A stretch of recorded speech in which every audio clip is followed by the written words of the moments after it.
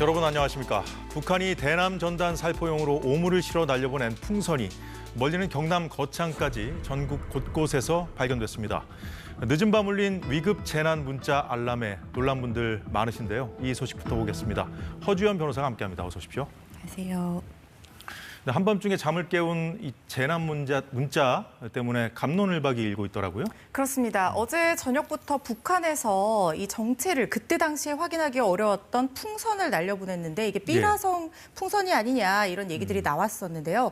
처음에는 수십 개 정도로 시작하다가 지금 한시 기준 200개까지 늘었다는 얘기들이 나오고 있는 계속 상황입니다. 날라오고 있는 거군요. 그렇습니다. 그런데 이게 밤 11시 반쯤에 경기도민 일부 지역의 경기도민에게 문자가 발송이 된 거예요.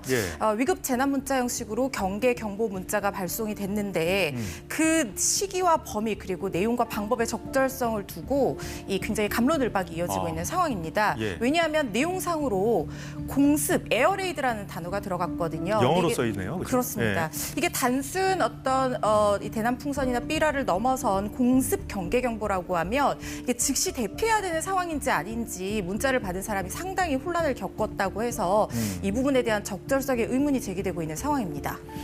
왜 이렇게 문자로 대응을 했던 것인지 군 당국이라든가 지자체의 설명이 나왔었나요? 크게 세 가지 정도 측면에서 살펴볼 필요가 있어 보이는데요. 일단 이 30분 정도 늦었다 이런 얘기가 나왔어요. 그렇지만 이게 재난 문자를 관리하는 주체가 행정안전부이고 송출 권한을 받은 이 지방자치단체나 유관기관에서 보내도록 되어 있기 때문에 물리적으로 시차가 발생하는 거는 사실상 좀 어쩔 수 없는 측면이 있습니다. 그리고 밤 11시에 발송됐다는 것에 대해서도 비판점이 있었지만 이 어떤 국가 안보에 대한 대응은 과한 게 모자란 것보단 나을 수 있잖아요. 그래서 이런 부분은 좀 이해가 되는 측면이 있고 특히 처음에 위급 재난 문자 형식을 취한 것에 대해서는 이게 어쨌든 미확인 비행 물체라고 하면 원칙적으로 가장 높은 경계 경보 단계인 이 위급 재난 문자 형식으로 보내는 것이 현행법령상 맞습니다. 그런데 문제는 말씀드린 내용적인 측면이에요.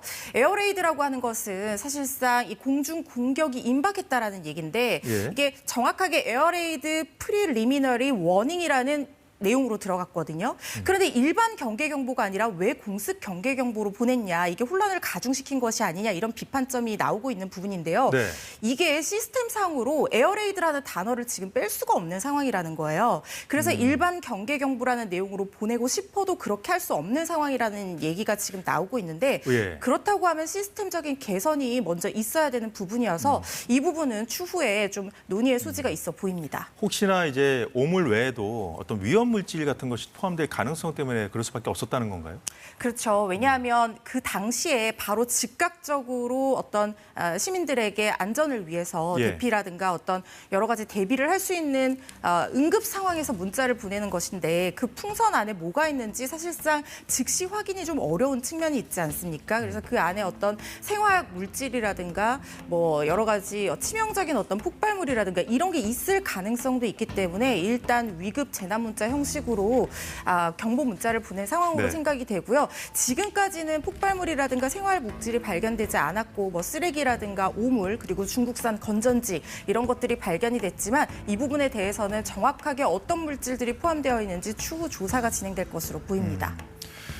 북한이 사실 이게 예고를 했었어요. 남쪽으로 풍선 날려보내겠다 예고를 했었기 때문에 문자를 받고 나서 거기에 무슨 좀 놀랄 만한 내용이 있었으면 더 놀랄 수밖에 없는 그런 상황이었던 것 같기도 하고요. 그렇습니다. 사실 26일에 북한 쪽에서 빈번한 삐라와 오물 살포 행위, 그러니까 우리나라에서 이 북한 쪽으로 보내는 삐라에 대해서 대응하겠다라고 트집을 잡아서 휴지장이라든가 오물 같은 것들을 보내겠다라고 예고를 한 상태예요. 사실 2000년대 이 남북 정상회담 이후에 이 국가적인 차원에서의 어떤 전단 살포, 상호 비방 행위는 원칙적으로 하지 않고 있지만 민간 단체에서 이렇게 보내는 경우들이 있습니다. 그래서 지난 13일에 탈북민 단체에서 이 대북 전단이라든가 여러 가지 K-팝 영상 이런 것들을 보냈다는 얘기가 나왔었고 아마 북한이 그 부분을 트집 잡아서 이렇게 대담 풍선을 지금 보내고 있는 상황으로 보이는데요. 국방부에서도 사실 사건 전날에 이 정례 브리핑 시간을 통해서 이 부분에 대한 경고를 했었거든요. 그래서 이게 아주 예견 불가능한 상황은 아니었는데 문제는 예견 불가능한 상황이 아니라 아니라 경고가 된 상황이었기 때문에 혹시나 더 큰 어떤 실제 공습 상황이 발생한 것은 아니냐라는 우려를 가중시킬 수 있는 혼란스러운 내용의 문자가 들어갔다는 측면에서 좀 논의의 여지라든가 비판의 여지는 존재하는 것으로 보입니다. 예, 풍선이 계속 날아오고 있다고 하는데 발견하시면 접촉하지 마시고 바로 신고하시면 됩니다. 예, 자, 다음 주제로 넘어가 보도록 하겠습니다. 지난주 목요일이었습니다. 23일 강원도 인제의 한 군부대에서 군기훈련, 언론에서는 얼차려라고도 표현하지만 얼차려라고 하기에는 너무 가혹했다는 지적도 나오고 있습니다. 자, 허 변호사, 자, 이거 봤던 훈련병이 숨졌어요. 네, 신참 중에 신참이었습니다. 이 군에 들어간 지 9일밖에 되지 않은 훈련병이 굉장히 더웠던 날, 그때 당시 인제의 어떤 기온이 27도까지 올라갔다라고 하는데요. 예. 완전 군장 상태로 일명 얼차려, 군기 훈련을 받던 도중에 결국에는 사망하는 사건이 벌어졌습니다. 그런데 이 완전 군장 상태로 이 훈련이 진행이 됐고 이 군기훈련 규정이나 절차를 위반한 측면이 지금 속속 정황들로 확인이 되고 있는 상황이기 때문에 네. 이것이 단순 훈련을 넘어선 가혹행위로 인해서 이 병사가 사망한 것이 아니냐 이런 의혹들이 제기되고 있는 상황입니다. 구체적인 위반 내용도 좀 알려지고 있죠. 그렇습니다. 이 군기훈련이라고 하는 것이요, 우리 법에 규정이 되어 있는 내용입니다. 그러니까 정신수양이라든가 신체 단련을 위해서 군대 내에서의 어떤 상명하복 어떤 상황에서 이게 가혹행위로 이어지지 않기 위해서 법에서 이걸 규정을 하고 있어요. 시기라든가 장소라든가 방법, 횟수 이런 것들을 세세하게 규정을 하고 있는데 지금 육군 참모총장이 육군 내의 어떤 군기훈련을 규정을 하도록 되어 있거든요. 네. 아주 세부적인 사항을요. 근데 규정 내용으로 보면 지금 화면에서 보시는 것처럼 완전 군장 상태에서는 구보는 가능한데 뛰는 것은 안 되도록 되어 있습니다. 그러니까 그 뛴 걸음은 안 되는 것으로 되어 있습니다. 걷는 것으로만 훈련을 하도록 되어 있는데 뛰게 시켰다는 거고요. 그리고 거리도 정해져 있습니다. 1km 이내에만 왔다 갔다 하도록 할 수가 있는데 군장 한 채 무려 1.5km 혹은 그 이상 이동했다. 왜냐하면 순회 계속 돌아오면서 이 선착순으로 1등한 사람만 훈련에서 빼주고 나머지는 또 뜀박질을 하게끔 시키는 이런 식으로 훈련이 진행이 됐기 때문에 사실상 1km 훨씬 넘는 어떤 훈련이 있었던 것으로 보이고요. 거기다가 그 팔굽혀펴기를 시켰는데 이 팔굽혀펴기는 사실 맨몸으로 하도록 규정이 되어 있거든요. 그런데 완전 군장 상태에서 한 데다가 일각에서 제기된 얘기로는 이 무게를 늘리기 위해서 군장 사이에 책을 끼워 넣었다는 의혹까지 지금 나오고 있는 상황이어서 이런 일련의 훈련 과정들이 사실상 법에 규정된 군기 훈련을 넘어선 가혹행위가 아니냐, 그래서 병사가 사망한 것이 아니냐 이런 얘기가 나오고 있습니다. 사망 원인도 규명해야 될 부분인데 지금 벌써부터 이제 사망 전에 어떤 증상을 보였었는지에 대한 보도도 많이 나오고 있더라고요. 그렇습니다. 일단 처음 얘기가 나오기로는 폐혈성 쇼크라고 주장이 얘기가 나왔었는데요. 폐혈성 쇼크요. 그렇습니다. 그런데 지금 부검이 진행 중인 상황이어서 예단하기는 어렵습니다만 또 다른 보도 내용에 따르면 사망의 원인이 횡문근융해증이 아니냐 이런 얘기가 나오고 있어요. 이 횡문근융해증이라고 하는 것은 팔다리의 골격근이 급격하고 과도한 어떤 근육 활동으로 인해서 녹아내리는 증상을 얘기를 하는 거거든요. 근육이 녹아내린다는 거죠? 그렇습니다. 그러면 체내에 미오글로빈이라는 물질이 과도하게 나오게 되고 이걸 신장에서 걸러야 되는데 신장에서 너무나 많은 미오글로빈을 한꺼번에 거르기가 어렵기 때문에 신장 투석을 바로 받지 않으면 사망으로 이어질 수 있는 그런 무서운 질병이거든요. 근데 여러 가지 이 사망한 병사가 보였던 증상이 횡문근융해증에 해당한다는 가능성이 나오고 있어서 이 부분 직접적인 사망 원인은 부검 결과를 지켜봐야겠지만 만약에 횡문근융해증이 사망 원인이 맞다고 하면 가혹행위로 판단될 가능성, 나아가서 업무상 과실치사로 이어질 가능성이 상당히 높아 보이는 상황입니다. 근데 이제 이 훈련병이 사망하기 전에 이제 그 고통을 호소했는데 제때 병원에 옮기지 못했다는 얘기도 나오던데요. 그렇습니다. 처음에 쓰러지고 나서 수분간 방치되다가 의무실로 옮겨진 것이 오후 5시 반경이었다고 합니다.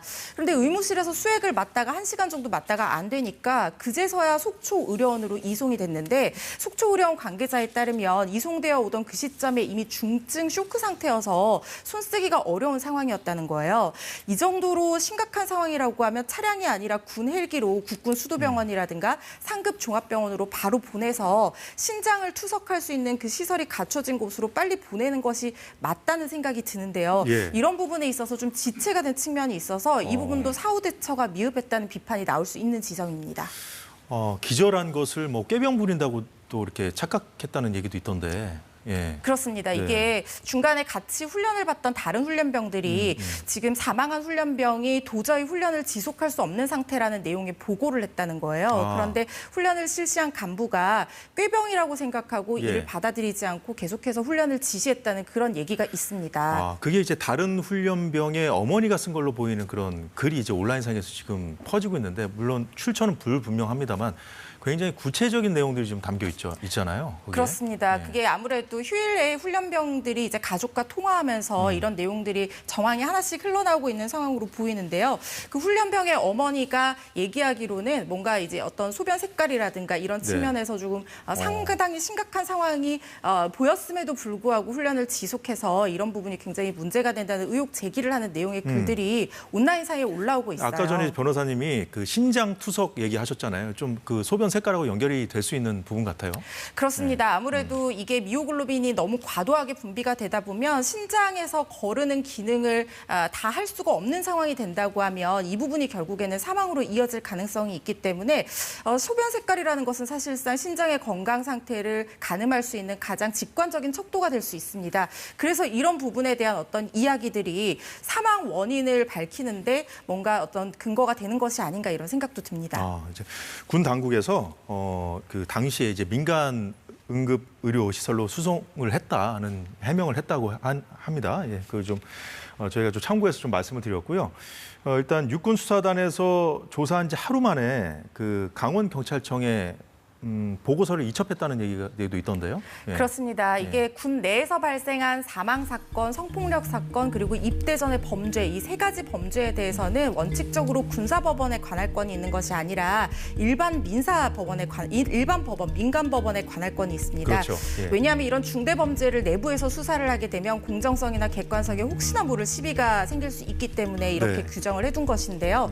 지금 사망 사건이기 때문에 지금 강원 경찰청에서 전담 수사팀을 꾸려서 수사를 진행하고 있는 상황이고, 예. 다만 이 극초동 수사, 그러니까 군내에서 발생한 사망 사건이라고 하더라도 처음에 이 완전 초동 수사는 군이 어느 정도 실무적으로 담당할 수 있는 그런 부분이 있거든요. 그래서 군과 이 경찰이 극초동 수사를 같이 진행을 했고, 이런 자료들을 담당 경찰서로 다 넘긴 상황으로 보입니다. 네, 그렇군요.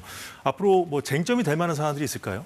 일단 지금 밝혀지는 내용들이 경찰 수사로 객관적으로 확인이 돼야 되는 부분입니다. 네. 이게 단순한 어떤 군기 훈련의 범위를 넘어서서 규정과 절차를 위반한 사항이 있다는 이 의혹들이 맞는 것인지 확인하는 어떤 절차들, 조사 절차들이 필요해 보이고요. 그리고 그 이후에 군 당국의 대처가 적절하고 예. 안전보건 의무를 다 이행하는 수준이었는지 이런 것들을 확인해야지 이 지금 지시를 한 중대장 등 간부급에게 업무상 과실치사 또는 직권남용에 따른 가혹행위 이런 죄책을 물을 수가 있거든요. 네. 이런 부분에 대해서 중점적으로 경찰의 수사가 진행될 것으로 보입니다. 예. 국가를 믿고 자식을 보낸 부모님들 걱정할 일이 없어야 할 텐데요. 예. 오늘 말씀 여기까지 듣도록 하겠습니다. 지금까지 허주연 변호사였습니다.